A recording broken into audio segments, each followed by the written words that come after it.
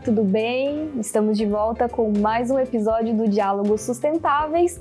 Eu sou Poliana Correa e hoje eu estou aqui com duas convidadas para lá de especiais que vão junto comigo falar um pouquinho sobre ESG.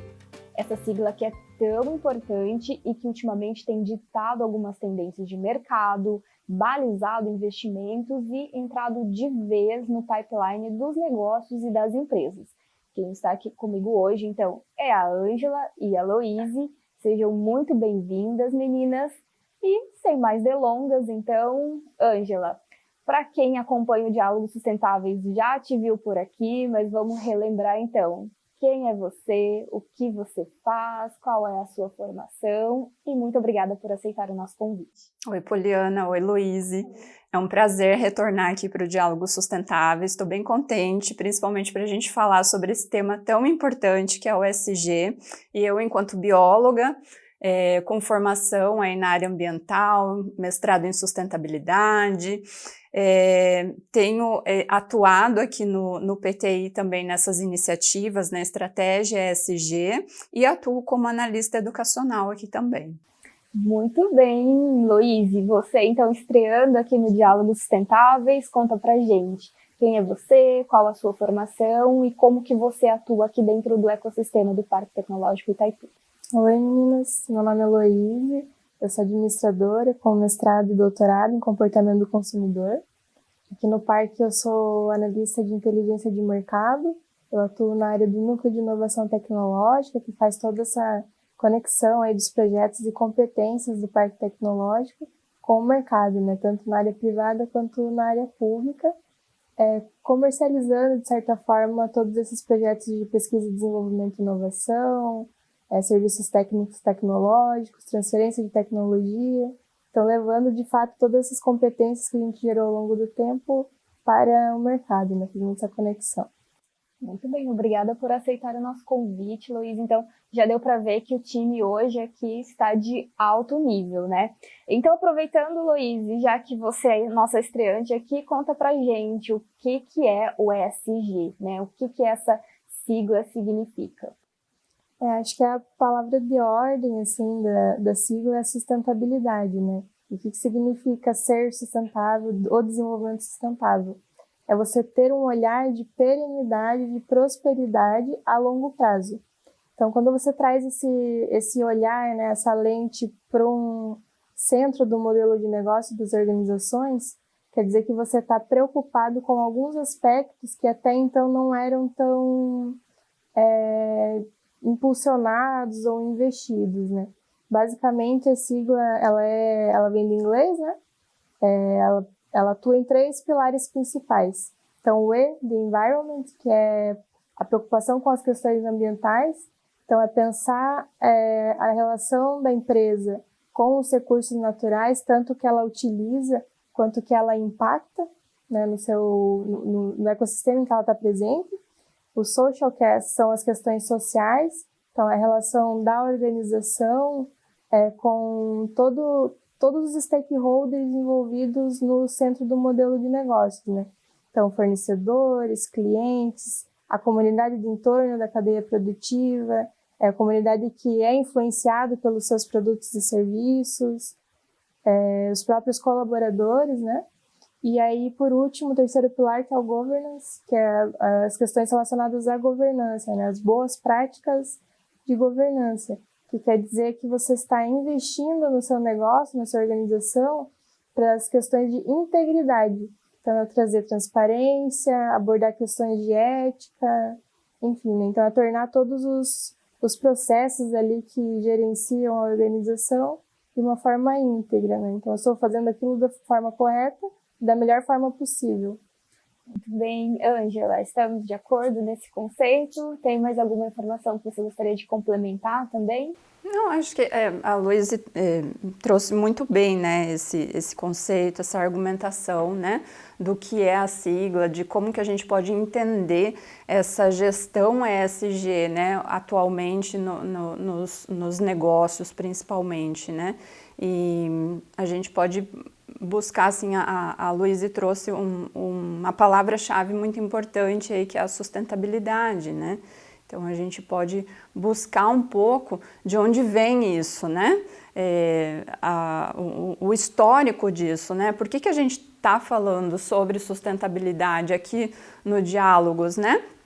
E qual a relação, então, disso? Eu acho que a gente pode voltar um pouquinho no tempo também para entender de onde está vindo. E você fez um gancho bem importante aí, então, porque é justamente isso, né? Hoje a gente tem aí o SG como uma construção, né? Mas até chegar nessa construção foram vários tijolinhos que foram sendo colocados aí, né? Muita água já passou embaixo dessa ponte, né? Então, Ângela, eu vou aproveitar, né, que você mencionou esse histórico, então gostaria que você até trouxesse para a gente um pouco desse histórico do SG e como que ele chegou nesse formato que nós temos hoje. Uhum. É super bacana falar sobre isso, né? O histórico do SG, na verdade, é bem recente, se a gente for pensar, né, em história de civilização aí, né? Começou ontem, vamos dizer assim, né? Mas acho que assim, para a gente trazer rapidamente, né, alguns pontos específicos aí da nossa história, vamos voltar lá em 1992, com a Rio 92, né? A maior conferência ambiental que já aconteceu, envolvendo várias nações, né, diferentes países participaram. E para quê, né? Por que houve aquela conferência? Foi a primeira vez que realmente a Organização das Nações Unidas concentrou chefes de Estado, representantes de organizações em geral, da sociedade civil, para tratar realmente de questões ambientais e questões de como nós vamos continuar desenvolvendo a sociedade, desenvolvendo os países de acordo com cada situação, com cada contexto histórico, cultural e econômico dos países, mas dentro de um cenário ambiental, né? Porque já ali em 92 se falava e se traziam relatórios e informações sobre a necessidade da gente começar a ter um olhar mais cuidadoso e responsável pelas questões ambientais. Então, veio a Rio 92, foram trabalhados diversos documentos, cartas, compromissos, né? E dali por diante a gente tem uma série de influências para a gestão dos recursos naturais, principalmente, né? Para a questão de erradicação da miséria, para a questão de incentivar a educação, a paz, né? No planeta como um todo. Então, dali por diante, começam a existir vários pontos importantes. E, então, a gente pode ir lá para 2004, mais ou menos, que acontece um encontro de CEOs muito importante, também vinculado à Organização das Nações Unidas, à ONU, junto com o Pacto Global, né? E aí, a partir do Pacto Global, junto com alguns CEOs e o Banco Mundial, eles criam um relatório bem interessante chamado Who Cares Win, né? Quem se importa ganha. Então, a partir dali, eles colocam realmente a questão ambiental no cenário dos negócios, vamos dizer assim, né?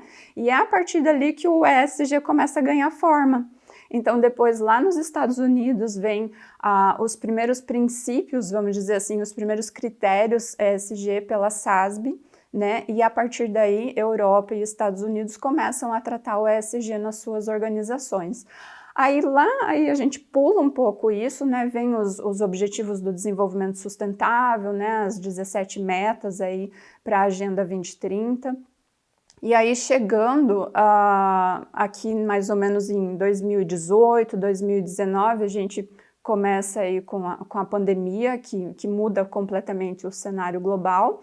E, ao mesmo tempo, a gente tem uma carta de um grande CEO aí de uma das maiores empresas de ativos do mundo, né? E ele escreve uma carta dizendo que as empresas dele vão começar a investir naquelas que têm uma responsabilidade ambiental mais fortalecida. Opa, aí o ESG ganha força. É daí que surge, então, toda essa necessidade e toda essa necessidade mesmo das empresas se conectarem e fazerem a sistematização de todas as ações que elas já desenvolvem dentro desses critérios que a Luíse trouxe. Podemos dizer que o Brasil ele mergulhou de vez agora no cenário ESG, mais ou menos ali por 2019? Sim, aqui no Brasil principalmente, né, Luíse? As empresas começaram a se dar conta de que elas também precisavam entrar nesse cenário, até porque nós trabalhamos muito com exportações também, mas a vulnerabilidade que a gente passou durante a pandemia mostrou para as empresas e para todos os cidadãos de forma geral, né, para as organizações, que elas estavam em vulnerabilidade em muitos critérios, né, em muitos conceitos. Então, o ESG vem para transformar essa realidade, para desenvolver uma cultura diferente dentro das organizações, para pensar em gestão de riscos, né, a partir do momento que ela começa a diagnosticar quais são os itens que ela já desenvolve, que ela já tem, que ela já trabalha, tanto no contexto ambiental, responsabilidade social e dentro da governança, ela começa a sistematizar tudo isso e aí vai apresentar para o público, né, na forma aí de relatórios e tudo mais. E muito bacana que dá para ver que realmente esse cenário está mudando justamente com alguns lançamentos que a gente está tendo, né? A própria BNT já lançou aí uma PR também, né? Então a gente vê que já está acontecendo esse movimento também, né? De certificações, de normas, de padrões aqui. Acho que esse é um desafio enfrentado agora, mas eu acho que o maior ponto de sensibilização assim, do tema é entender que essa não é uma agenda paralela ao centro do modelo de negócios, né? Ela é uma agenda que está intrínseca. Então, eu preciso, para eu pensar que o meu negócio vai ser próspero a longo prazo, eu preciso pensar nesses aspectos, né? E aí, incorporando essa perspectiva, vem esses desafios. Então, se eu preciso garantir, por exemplo, que os meus fornecedores estão utilizando de forma adequada, ali, tratando as questões ambientais de forma correta, né, de forma adequada, então como que eu começo a certificar esses fornecedores, né? O desafio desse mapeamento é muito amplo, né? E vem essas certificações, né? Tem, você comentou do BNT, tem o GRI, que é de padronização e comunicação desses indicadores, tem o SASB, né? Que é uma padronização para prestação de conta desses indicadores. Então, acho que são desafios que vêm acontecendo de forma paralela, né?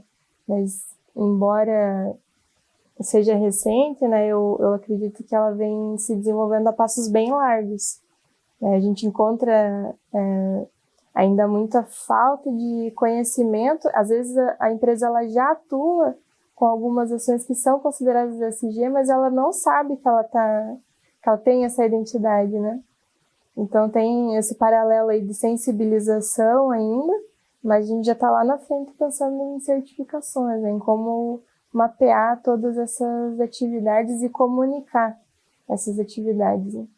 Muito bacana, né? Então, realmente é algo que está caminhando a passos largos, porque no final do dia, o que vai garantir que a empresa vai manter as suas portas abertas, né? Uma vez que é uma tendência global de mercado, né?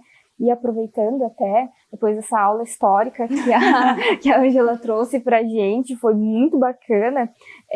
Então, a gente voltar um pouquinho, né, para a questão das demandas, né? Vocês conectaram aí essa questão, é uma demanda de mercado, mas também existe desde 92, quando começou essas discussões, 92 eu estava lá dando os meus primeiros passos, quase que literalmente, né? Mas desde então, muita coisa mudou. O próprio perfil, essa geração que nós temos agora de pessoas, elas mudaram também. Então, as demandas mudaram. Eu gostaria que agora a gente falasse um pouquinho, né, de onde que vêm essas demandas também, né, de como que, Luíse, trazendo para a questão do cenário do mercado, né, como que o mercado global lá fora está se comportando, como que os investidores, eles olham, e de onde que vem essa demanda para as empresas realmente incorporarem de vez as boas práticas ESG nos seus negócios?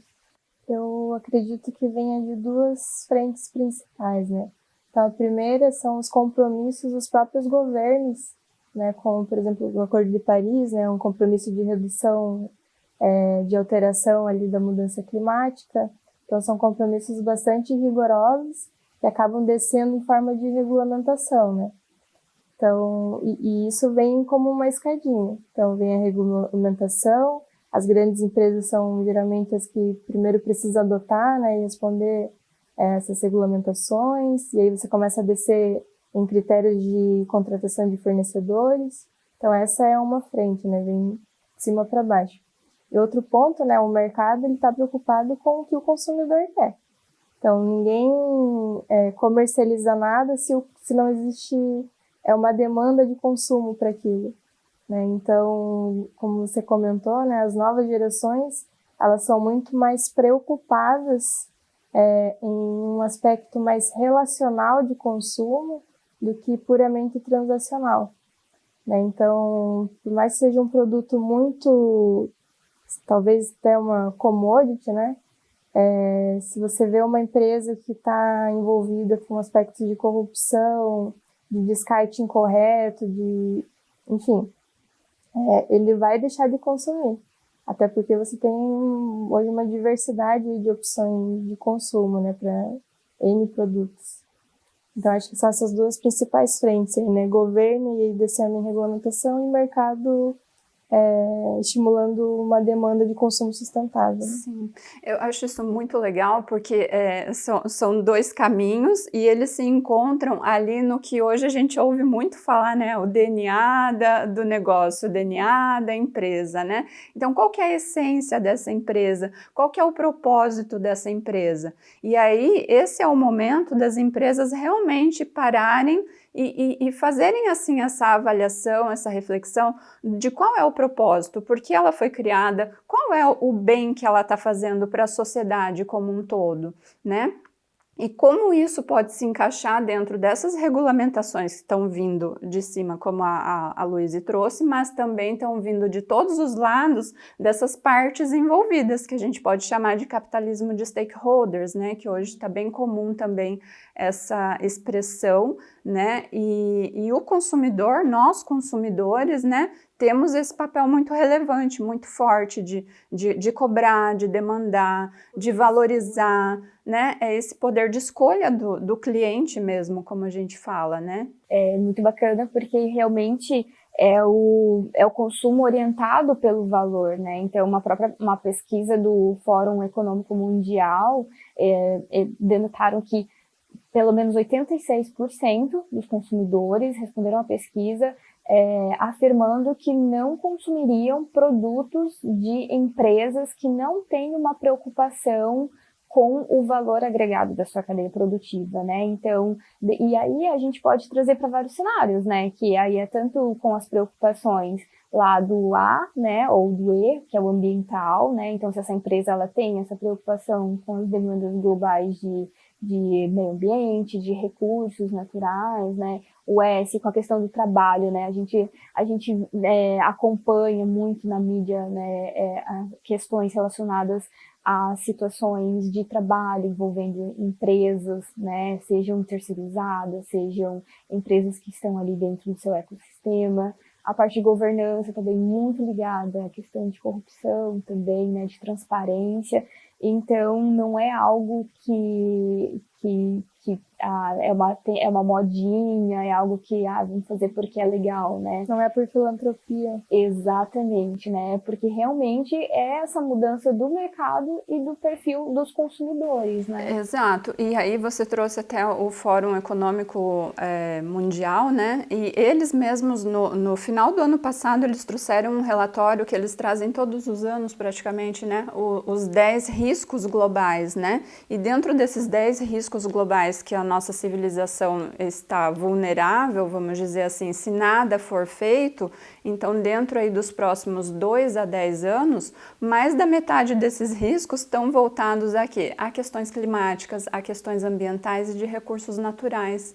Então o cliente, né, o consumidor, ele já sabe disso. Então a gente também já está nessa demanda, nessa cobrança, né? A gente quer consumir algo que seja bom para nós, para nossa saúde, mas também a saúde do planeta como um todo, né? E que isso envolva, claro, responsabilidades sociais também, né? É uma responsabilidade compartilhada, né? Uma responsabilidade do consumidor, da empresa, então do mercado ali como um todo, né? Muito legal isso que vocês pontuaram, e agora vamos falar então assim, a empresa realmente tomou consciência de que ela precisa adotar essas boas práticas ESG. Quais são os benefícios que ela pode ter, né? O que ela ganha com isso? Acho que os principais benefícios são o de fazer um mapeamento de riscos de tudo que é importante para o desenvolvimento do modelo de negócio, né? Então, por exemplo, na questão de governança, né, eu consigo mapear algumas possíveis ações de corrupção, eu consigo fazer um mapeamento dos meus fornecedores, enfim, tudo que é arriscado a longo prazo para o negócio é possível ser mapeado. E você traz também uma certa segurança para os investidores, né? Porque se você tem uma preocupação de verificar todos os tipos de problema que você causa para o teu ecossistema e o que o teu ecossistema pode atrapalhar, né, entre aspas, o teu desenvolvimento do negócio, está mostrando para o teu investidor que você está preocupado com o recurso que ele quer colocar, né?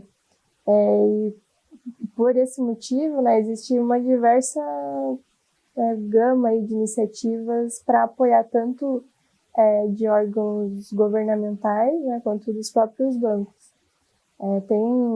Tem programas aí de incentivo que se você atende determinada meta relacionada a critérios de ESG, você consegue uma diminuição ali da tua taxa de juros, você melhora a tua nota de crédito, né, apresentando esses indicadores. Por mais que aquele recurso não esteja sendo direcionado para a adoção dessas práticas, as instituições financeiras elas já estão trabalhando com observar outros critérios que não aquele do objeto a ser financiado, né? Isso assim, é uma realidade. Por exemplo, a B3, né, ela tem um índice de sustentabilidade empresarial, né, que é semelhante ao índice de Bovespa, e no acumulado ela opera de forma mais positiva do que o Bovespa. Então, uma carteira de empresas que está preocupada ali com os critérios de sustentabilidade, elas tiveram melhor desempenho do que o índice normal das carteiras, né? Inclusive, o consumidor pode até pesquisar, né, quais são as empresas que estão ranqueadas dentro dessa lista da B3, né, quais são as empresas que adotaram, estão bem posicionadas nos critérios ESG, né? Sim. E, Ângela, falando também um pouco de produtos, serviços, tem um valor agregado também, né? Então, se você for ver uma empresa que adota boas práticas ESG, você acredita que isso pode reverberar lá no consumidor? O consumidor vai optar por comprar esse produto porque ele tem um valor agregado? Como que isso reflete também um pouco nesse poder de compra? Esse poder ele é ativo e ele é responsável, né? O cliente ou o consumidor ele tem essa responsabilidade e essa maturidade até de escolher o que realmente vai como é que eu vou dizer?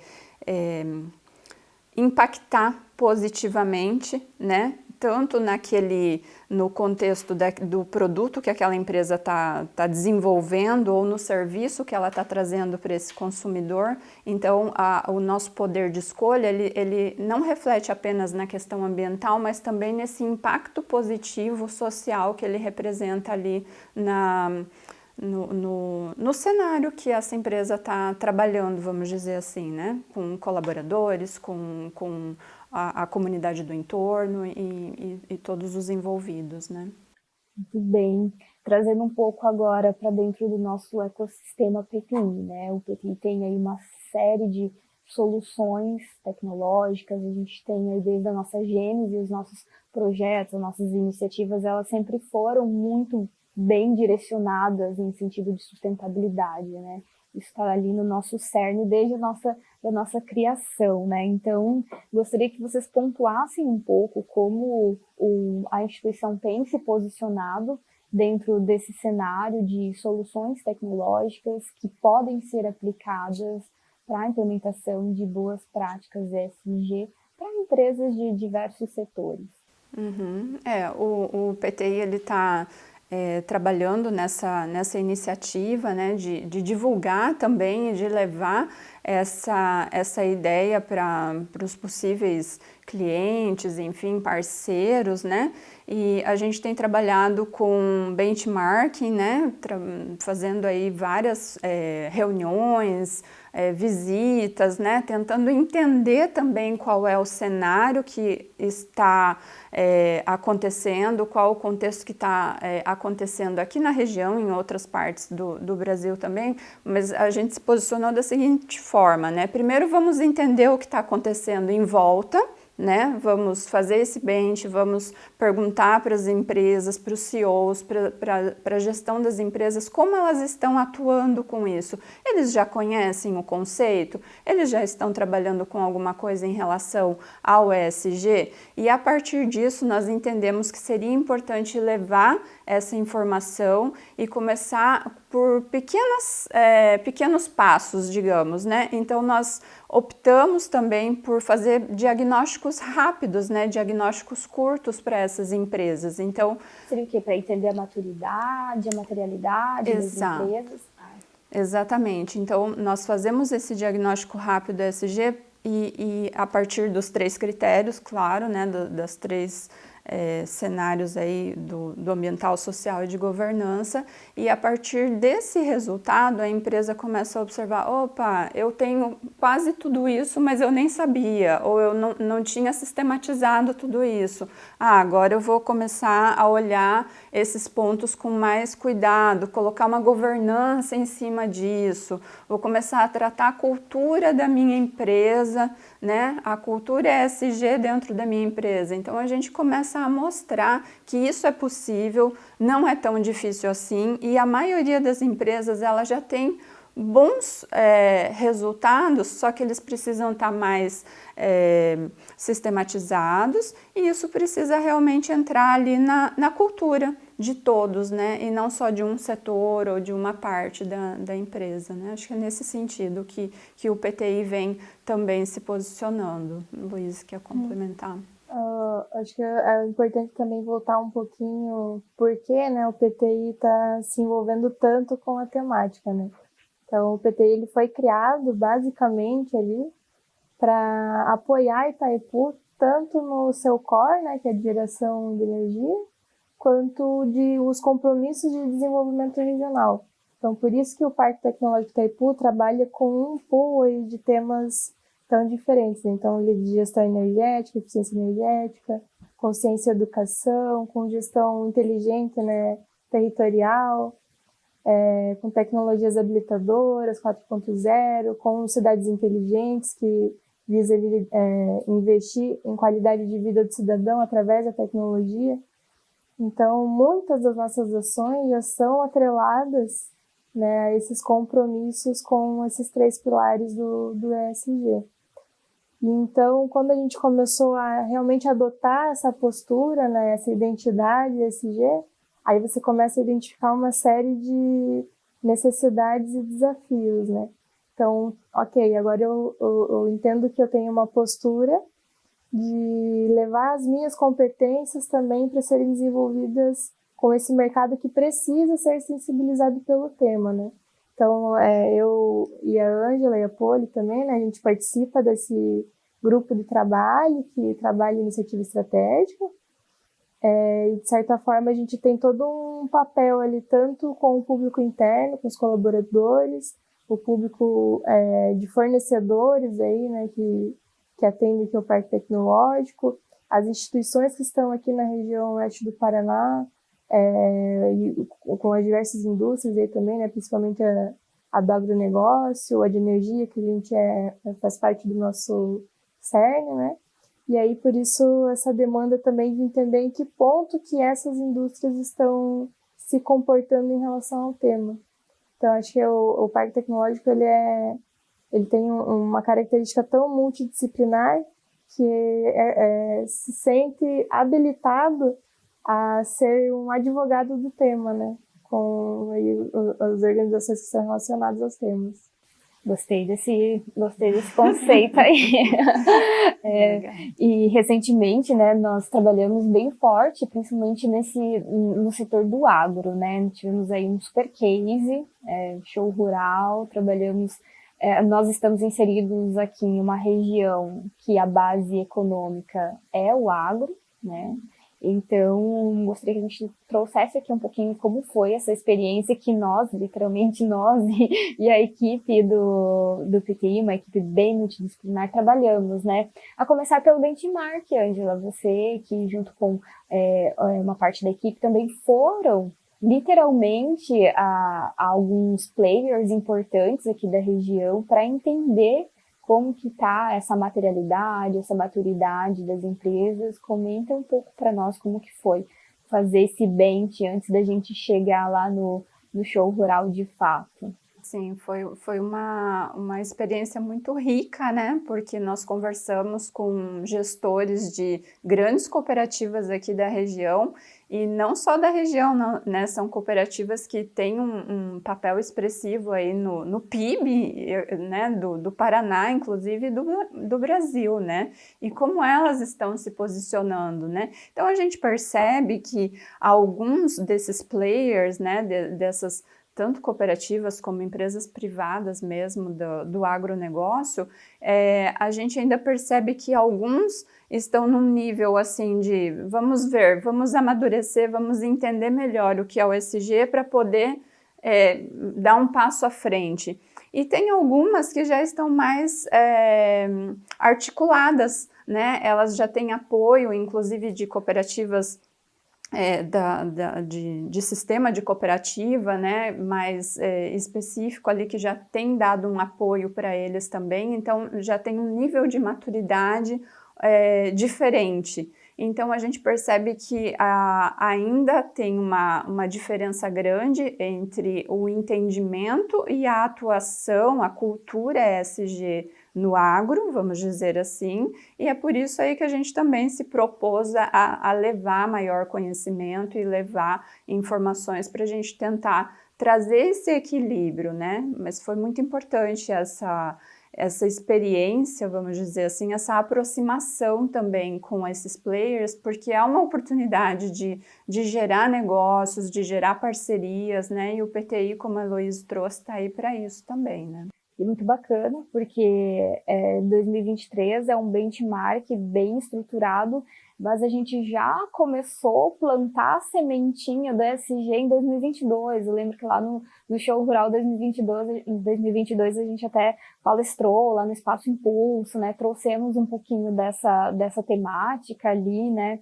Foi literalmente eu e você. Mas afinal, o que é ESG, né? ESG, foi esse o tema da nossa palestra. O futuro lá do agro é sustentável, né? A gente trouxe essa abordagem, foi o momento que a gente plantou essa primeira sementinha ali dentro desse setor, mas a gente também, entre 2022 e 2023, a gente já continuou trabalhando a temática para outros setores, né? A gente trabalhamos com o setor de turismo, hotelaria, visitas, né?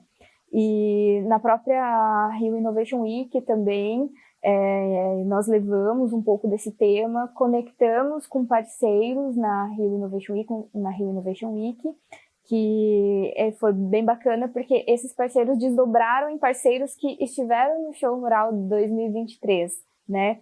E aí, agora, então, falando um pouco sobre como que foi o evento também, né? Vamos falar como que foi o evento, como que vocês sentiram essa conexão com os players que estavam lá, com os parceiros, com a aplicação do diagnóstico também, como é que foi?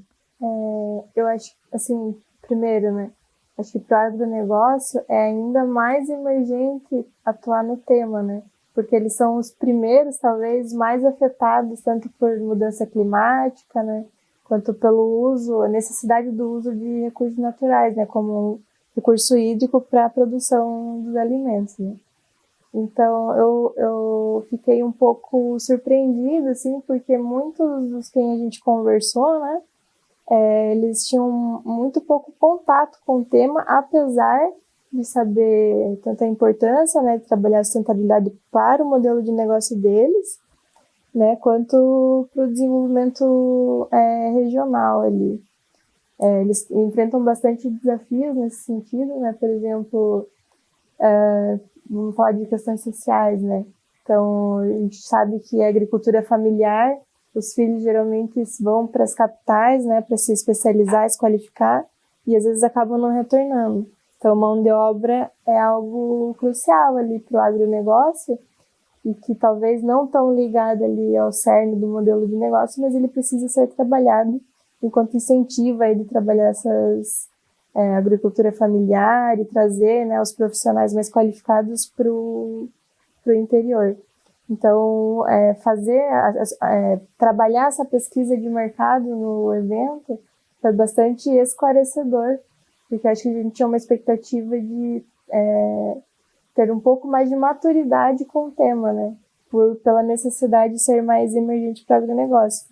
E eu, particularmente, não senti.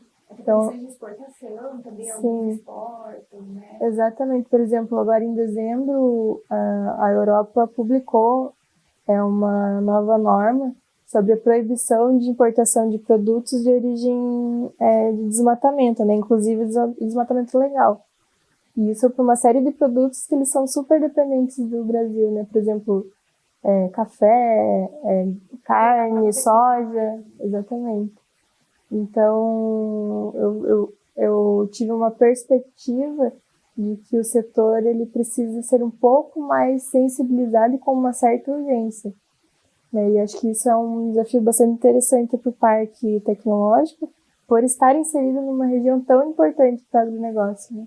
Você também teve essa mesma percepção, Ângela? Você que trabalhou bastante aplicando esses diagnósticos, né, de maturidade, qual foi a sua percepção? Não, eu concordo com a Luíse, e a gente percebia durante a atividade, durante a aplicação do diagnóstico, como foi importante aquelas pessoas que estavam ali respondendo, às vezes eram técnicos, às vezes eram os próprios gestores, né, dessas cooperativas ou empresas, e aí era o momento deles pararem e pensar, puxa vida, eu ainda não fiz isso. Nossa, mas eu não sabia que isso era tão relevante assim para o tema ESG.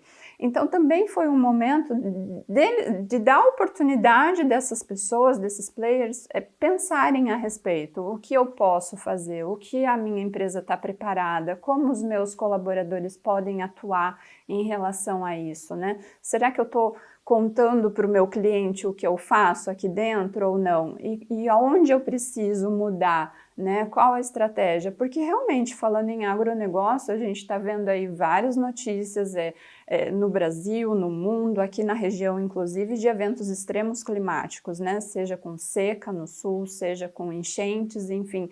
Então, como isso impacta diretamente a perpetuação do agro e a qualidade desses produtos, e aí o aumento de produtividade está completamente relacionado aos investimentos, ao lucro até mesmo dessas empresas, e também a distribuição nas cooperativas. Tudo isso é muito importante e eles precisam perceber o quanto isso é necessário para todas as partes, e não apenas, né, ali, eu vou pensar no lucro. Não, eu preciso pensar se eu vou ter água daqui 10 anos, né? Eu preciso pensar se eu vou ter um ambiente equilibrado. Eu preciso, eles se dão conta de que a gente é dependente, né? Eu digo a gente, enquanto seres humanos mesmo, somos dependentes de serviços ecossistêmicos. E para esses serviços ecossistêmicos permanecerem, a gente tem que ter um mínimo de cuidado e responsabilidade ambiental, social, enfim. Então, ali, esse momento dessas entrevistas, desses diagnósticos, também foi para eles refletirem sobre isso e aí, claro, perceber o que é possível ser feito aí na parceria com o PTI, na parceria entre eles mesmos, né? Porque às vezes é importante também esse tipo de cooperação entre as empresas, entre os gestores, pensarem juntos o que eles podem fazer de bom aqui para a região, por exemplo, e para dar continuidade, perpetuidade no negócio, né? Legal, Ângela.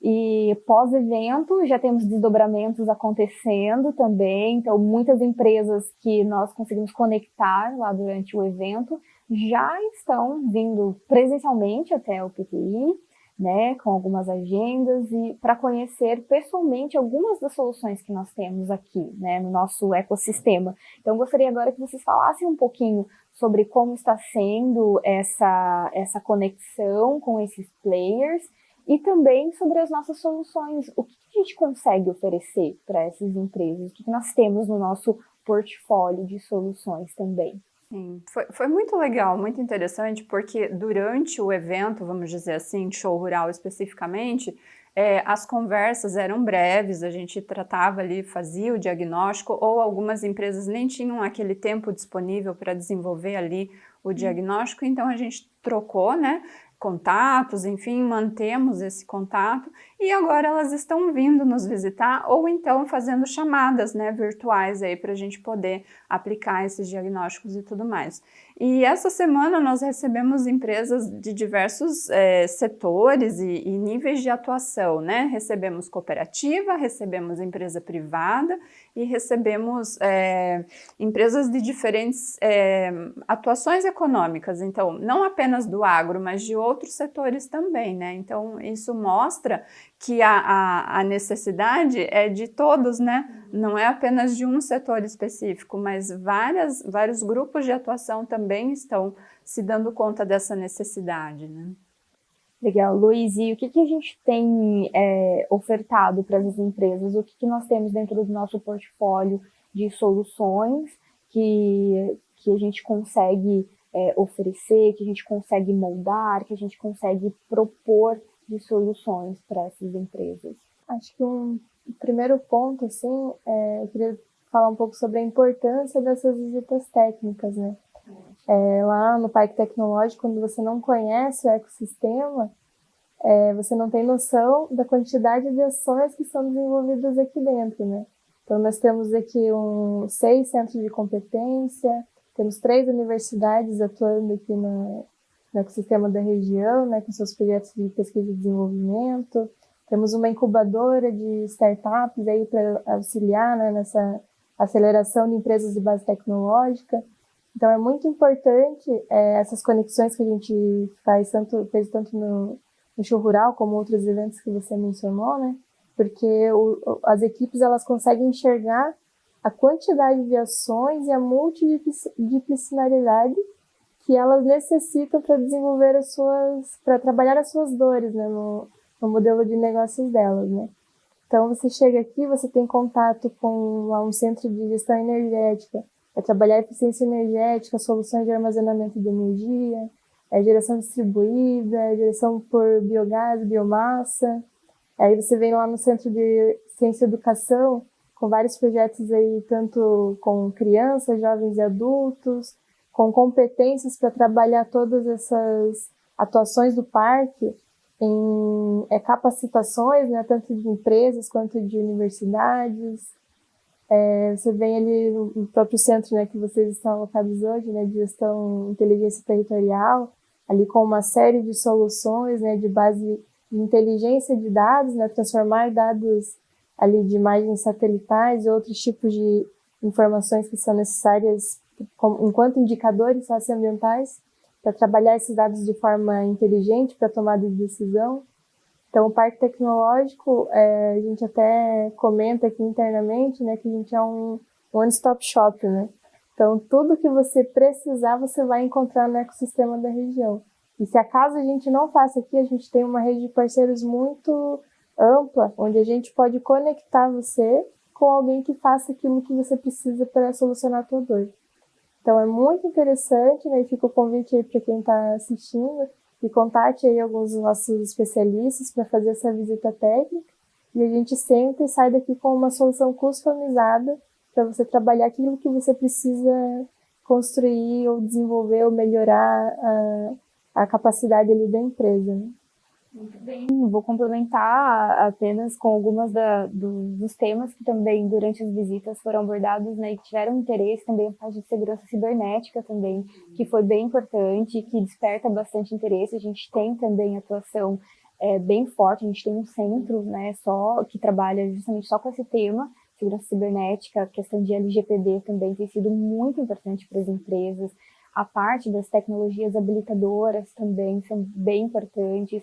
Para o setor elétrico, para a parte de barragens também a gente tem um centro de segurança de barragens e até de edificações, né? A gente tem uma equipe aí que trabalha essa parte de arquitetura, inclusive uma das empresas que fez conexão com a gente no evento também voltado para a parte de arquitetura, e a gente tem também aí um centro bem voltado para essa arquitetura sustentável, né? Projetos dentro da construção civil, exatamente. Né?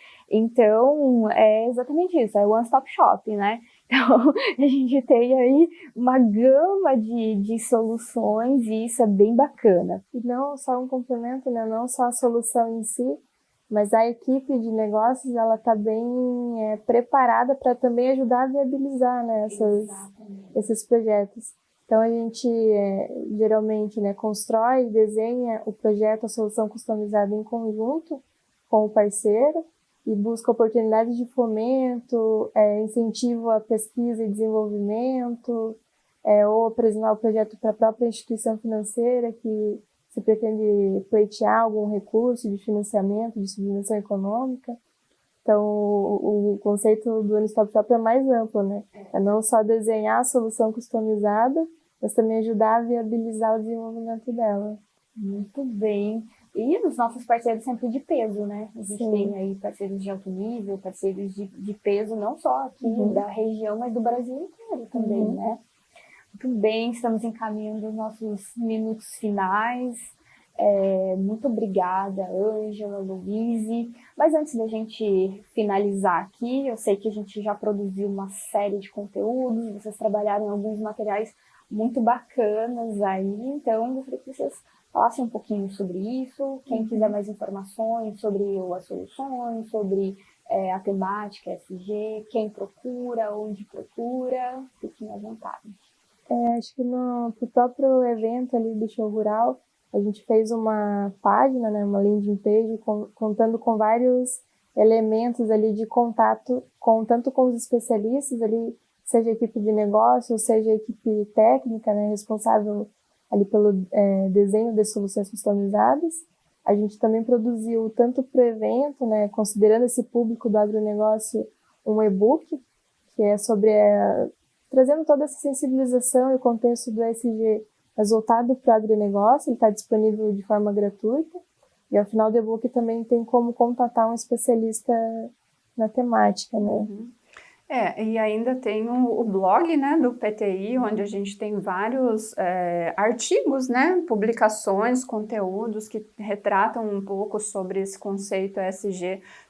Tem conteúdos ESG no agro, ESG na gestão do conhecimento, que é uma das atuações que a gente também desenvolve aqui. Então, tem esses conteúdos do blog. O PTI está sempre divulgando também no LinkedIn, né? LinkedIn PTI Soluções. Então, a gente tem aí uma série de canais para conversar, né? E expor aí as nossas soluções para o público em geral, né? E quem quiser falar com vocês, onde que encontra, o LinkedIn de vocês, aproveitem aí para se conectar com esses players ali. Olha aí, o meu é Ângela Tischner. Acho que vai ter que deixar escrito. Né? Quem que escreve? O meu é Luíse Schwarzbach.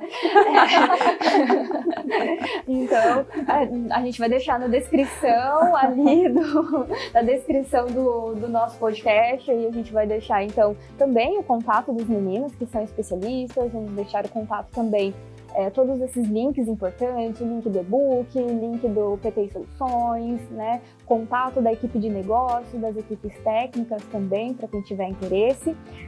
Espero que vocês tenham gostado desse bate-papo. Mais uma vez agradeço a Ângela por topar vir aqui conversar com a gente, Luíse também, muito obrigada pelas informações.